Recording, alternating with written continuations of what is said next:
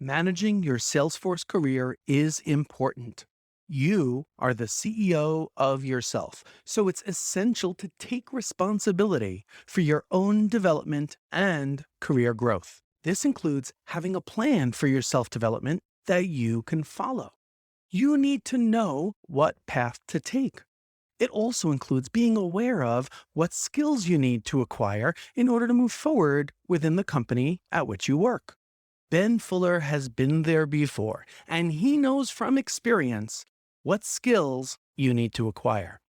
Ben is a certified Salesforce administrator currently working as Director of Internal Systems at Onsolve. In this episode, Ben will share some of his best advice to help you make the most out of your Salesforce career.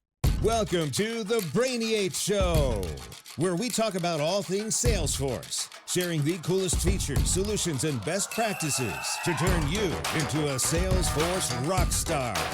Here's your host, former attorney turned Salesforce consultant and trainer, David Giller. Ben Fuller, welcome to the Brainiac Show. How are you doing today?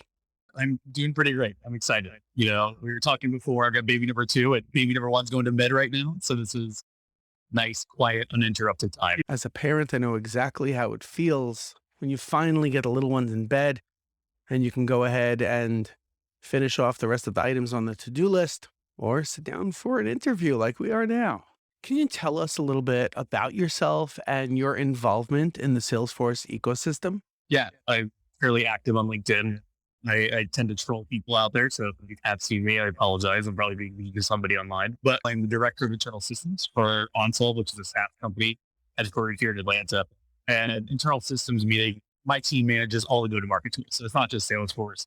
We also manage NetSuite, SalesLoft, any of those enablement and acceleration tools that have kind of built themselves on the back of Salesforce and CRMs. How I got into Salesforce really was 15 years ago. My parents' company had Salesforce way at the beginning, like right when Salesforce was new and using cases and then sales. And then I was working for an MLM on the back office side and I implemented Salesforce for them. And then it's kind of like, you know what, this is what I want to do. And so I pivoted out of managing customer support teams and into Salesforce. Good for you. So let's talk about from a career perspective for folks who are starting their professional career path and they decide, because I think most people today are not accidental admins. They have chosen, similar to when you had that light bulb moment, and they chose to pursue a career in Salesforce. I think that's far more prevalent today than it was 10 or 15 years ago. And they are not entirely sure what to do, where to go. Of course, if they simply Google it or ask anyone, the word trailhead is going to come up very quickly. They're going to do a whole bunch of trailhead. They may or may not get some certifications. We can certainly dive into that. But what would your advice be to that person who's relatively new to exploring Salesforce? What advice would you give them? I think the biggest thing that I didn't have when I was getting into this is the user groups in the Salesforce Saturday. If you can find a local Salesforce, and it's a little more challenging right now with COVID and whatnot, but once that hopefully officially dies down, the in-person Salesforce Saturday events go, I think it's a huge benefit for people trying to get into the system.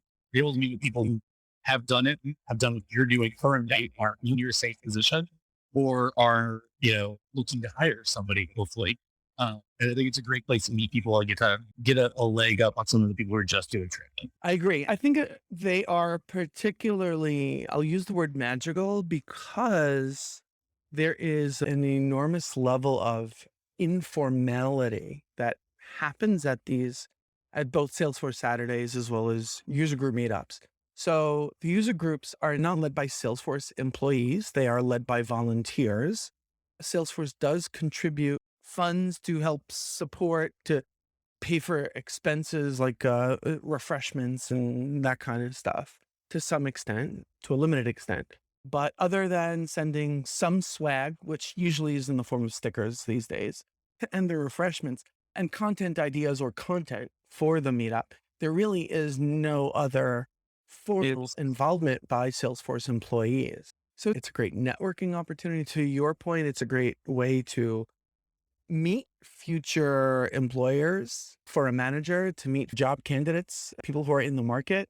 It's a great way to also just show off whatever it is that you do know or whatever it is that you are passionate about. So, for people who are starting off their career, your biggest piece of advice is to get involved with the user groups and Salesforce Saturdays. Yeah, that would be my biggest advice. My second piece of advice is, and I don't know if this is negative or not, but I would temper your expectations with hiring managers in the ecosystem. I think people will be surprised at the number of hiring managers who don't actually have Salesforce experience, but they manage Salesforce admins. I would highly recommend that if you're going into these conversations, don't get really technical because it's just going to bore them. Let's dive into this a little bit because I think there's a lot to unpack here. What would that typically look like for the candidate when, let's say, even if it's just a casual chat, we're not even talking about reading the job description, a casual chat with the hiring manager. Hiring manager is describing what it is that they are looking for, and the hiring manager really has absolutely no clue on some of the terminology that they're even using. Yeah, if you're looking at a junior role and there's lots about Apex and custom objects, and then it just ties out with like reports and stuff like that. To me, that signifies they just copied somebody's job description, took two or three other roles and not didn't really know what it was, and just crammed it to one. I think in a lot of companies, HR and like the recruiters are not responsible for writing the job descriptions. It's coming from the hiring managers themselves. They're out there just piecemealing things together. And if you see this just variety of responsibilities in a junior role, there's a good chance they don't know how to manage the org themselves. And then I think the flip side to that is if it's a junior role and they're requiring any kind of experience greater than a year for a junior role, you probably don't know what a junior admin does or what a Salesforce role really should be about. I couldn't agree more. If you are that job candidate who is having the conversation with the hiring manager and they are throwing in things like APIs and Visual Force and Apex, and you're sort of getting the sense of, is this really what they're expecting? Or are they just reading off or repeating back terminology that they've memorized from other job descriptions? I think the best thing that you could possibly do is ask some follow-up questions of, what does this look like in the real world? Can you describe to me in English? What does a typical day in the life look like? Because I personally think that a lot of the times you're going to hear things like, well, we have more senior admins who are creating X, Y, and Z, and we just need you to make sure that the expectations of the end users match up with what was configured by the more senior admins, and they're not actually expecting you to do anything in Apex or. I would even go as to say, well, and I know Jonas will have to point this out, but that's more of a BA role too versus a junior admin, right? Is there actual configuration? Is there user management? Is there security involved? Or are you gathering requirements and then working through with the more senior resources to develop? I think there is a difference there and that people don't always notice that. Like, is this a 70 user org? Is this a 400 user org? How complicated is the platform they're selling and what their product is like? Because that's all going to have some kind of input on what that admin role is. I think one other piece of advice I would look at is if they capitalize the letter F in Salesforce, they have no idea what the hell they're talking about. Yeah, pretty much run the other way if you see the F capitalized, because that means forget even the terminology that they themselves don't know the difference between roles, profiles, Apex, Visual Force, object, record. They don't even know how to spell Salesforce. Yeah. All right. Let me ask you this. What skills do you think that most Salesforce professionals are lacking?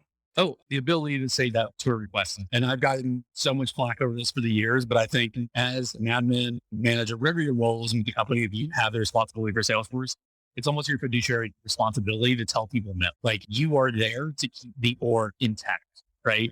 And if you just say yes to every single request, you have completely blown any guardrails out of the water. And I don't think there's enough admins out there who understand the power behind being able to say no to a request or understand that it's their responsibility. Like, yeah, your boss is asking for it, but you need to be able to tell them no and explain why.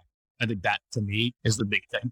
you are responsible for the design and architecture, depending on where you are in your role, right? Like you can, if you're a solo admin versus on a team, it's still your responsibility to at least raise the awareness that, hey, by implementing this, we are impacting these other processes and being able to explain that. And if you don't do that, you're going to have trouble down the line. I agree with you 100%. I find myself in this situation all the time. I think the role of the consultant and the admin are very similar. In many instances, it's identical, where they should be an advocate for the business, looking to share, implement tips and best practices and advice, and make sure that technical debt is not introduced, or if it's already there, to try and identify it and resolve it so that it doesn't have a massive negative impact on the organization. So in the end, your advice is say no where appropriate, where what's being asked is not a best practice, where it's not going to be sustainable,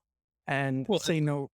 I would hesitate to say best practice. Salesforce itself is not a complicated tool in generalities, right? Like as a net new implementation, Salesforce is complicated. Admins and companies make it complicated based on their business practices and what they're looking to accomplish. I tread very lightly around the idea of best practices and how they are to be blanket across many things. That's fair. Completely fair. So let me ask you this. We talked earlier about someone who's new to their professional career, new to the Salesforce ecosystem. Let's talk about someone who is more seasoned professionally. So let's say they've had some kind of, whether it's a project management experience, BA experience, database management experience, or CRM experience with other platforms. They've been in the working world for quite a few years, and they've been thinking about trying to leverage the knowledge and expertise that they have into the Salesforce ecosystem. So I often talk to folks who sort of cringe and they hesitate and they say, maybe it's too late. Maybe there's no place for me in the Salesforce ecosystem. What would your response be to a candidate like that? I don't think it's too late. I think it's how you are able to discuss your previous experience how it applies, right? Like again, is it Salesforce? I don't think it's a complicated tool. I think how companies implement it, I think that makes it very complicated. I think there are admins out there with something to prove. But if you do have that experience as a PM or something like that, and you're looking to move it to the Salesforce space, like a transition to a BA role is a really great idea. Like you have that project management experience, you understand what it takes to gather environments. You're able to apply that to the role, right? I think you just have to be able to understand the nuances in the Salesforce space and what it means to be a Salesforce BA versus a Salesforce admin versus a Salesforce product owner, and take your experience and light it up against that, and then find a role that matches that versus trying to cram your experience into a generic mid-tier admin role, because that's not going to fit everybody. I agree. And I think that folks who have any type of working experience, honestly, even if it's, let's say, sales and financial services, so they've never even used Salesforce. But hey, you've used some kind of system before and you have tremendous industry expertise in financial services, and you have an understanding of typical business processes from a sales management perspective and the type of metrics that are important from a sales perspective.